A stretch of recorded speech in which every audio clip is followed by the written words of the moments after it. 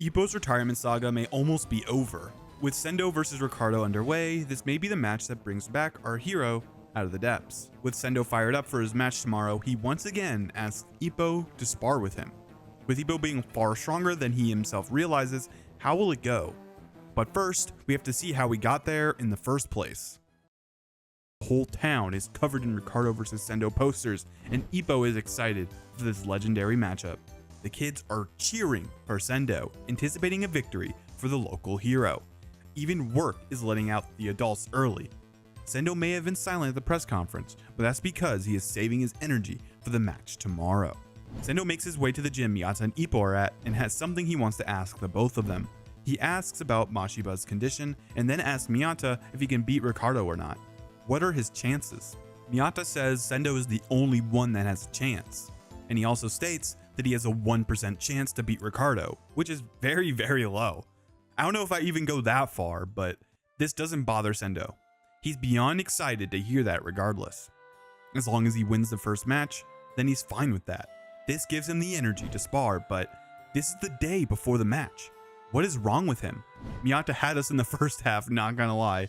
He then follows up with Sendo can only spar for one round, or he'll risk injury. Both world-class boxers step into the ring, but Ippo's heart isn't having it at all. He even calls out Miyata's hypocrisy, but he thinks to himself, it isn't my title fight, so I guess he was just talking about himself in that situation. On the other side of the ring, Sendo can't help but let out his fire via boxing. The 1% chance is fueling his hype.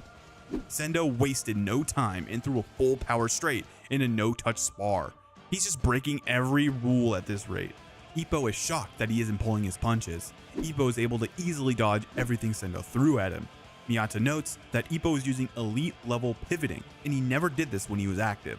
By using his left leg as a pivot, he's able to dodge punches without creating unnecessary distance. This would let him quickly shift onto the attack. Ippo's fundamentals are on a whole other level at this point in the story. Hopefully he comes back in Job Zimai, the reigning featherweight champion. Sendo fools Ippo with a feint, and a smash lifts Ippo off the ground. The follow-up pushes Ippo even further, making him lose balance. Ippo is purposely not fighting back, and is using his pristine defense to fend off Sendo's aggression. Ippo doesn't want to accidentally injure the challenger. What will Ippo do to stop Sendo? Sendo's powerful strikes continue to slowly deteriorate Ippo's guard, and if this continues, Ippo may reflexively retaliate. A swift barrage is coming Ippo's way, and all he can think about is how Sendo really is an idiot. He approaches Sendo and clinches with all his might. Sendo is beyond angry and wants him to get off of him, but Ippo is adamant that he will never let go. Sendo thinks it'll be easy to throw him off, but he hasn't realized that Ippo is built different now. Sendo imagines Ippo as an immovable boulder. He is too heavy for Sendo. He's pushing and pulling, but Ippo won't move an inch. Ippo is sweating profusely, refusing to move. He wants the spar to end here and now. Ippo's feet are rooted in the ground, and Sendo doesn't understand what's going on. Sendo goes all out, but he fails to do anything. What is Ippo really made of? His foundations have been built up immensely. What's crazy is that Miyata wasn't even timing the round, but they decide to end the spar anyways. Sendo's phone has been blowing up, so he leaves abruptly and wants them to watch the match tomorrow. Today is the day the violent clash of Ricardo Martinez and Sendo Takeshi. Sendo fans gather around chanting that he will become the world champion. Ippo has finally arrived to the arena, wanting to see Sendo take Ricardo down. The stadium is packed. Osaka is here to cheer on the Tiger. Ippo, Miyata, and the reporter Mari make their way to their seats. Miyata thinks that Ippo won't have time to drink all the water he brought since the match could be over in a flash, but Ippo disagrees. He thinks it'll be a long, drawn-out match. Ippo asks what Miyata meant when Sendo was doing his anti-Ricardo strategy in their spar yesterday. Sendo pulled his punch mid-swing, but it wasn't a feint. It was just a whim, his instinct. When he threw it out, he felt it wouldn't land, so he switched it up, and that let his left land. But since you'll never know what he'll do, the accuracy of his whims are absurdly high. You just can't read Sendo in those situations. When Miyata sparred with Sendo, he fought strategically and used his head, which is why it was easy to beat him. When Miyata sparred Ricardo though, it felt hopeless. Although with his grandmother being in poor health, instead of using his head, he decided to return to his original wildness. The difference between Wally and Sendo is night and day. Wally is a primate, and Sendo is a fierce carnivore. The match will begin any minute now. Sendo emerges from the blue corner, the challenger who is aiming to change the course of history. The crowd continuously cheers on Sendo. Thunderous cheers echo throughout the ring. Ippo and Miyata commend his entrance. All focus and pure instinct is racing through his mind. Ricardo emerges from the red corner, wearing a poncho and a sombrero, while his seconds hold the belt and the Mexican flag. He's looking clean as ever. Their entrances have wrapped up, the anthems have been played, and now all that's left is the gong. Ricardo launches a heavy jab that sends Sendo flying back. He will not let Sendo have his way. To everyone's disbelief, Ricardo made the first move. He continues his assault, and Sendo is now on the defensive. That didn't faze him at all. Sendo launches a smash right away.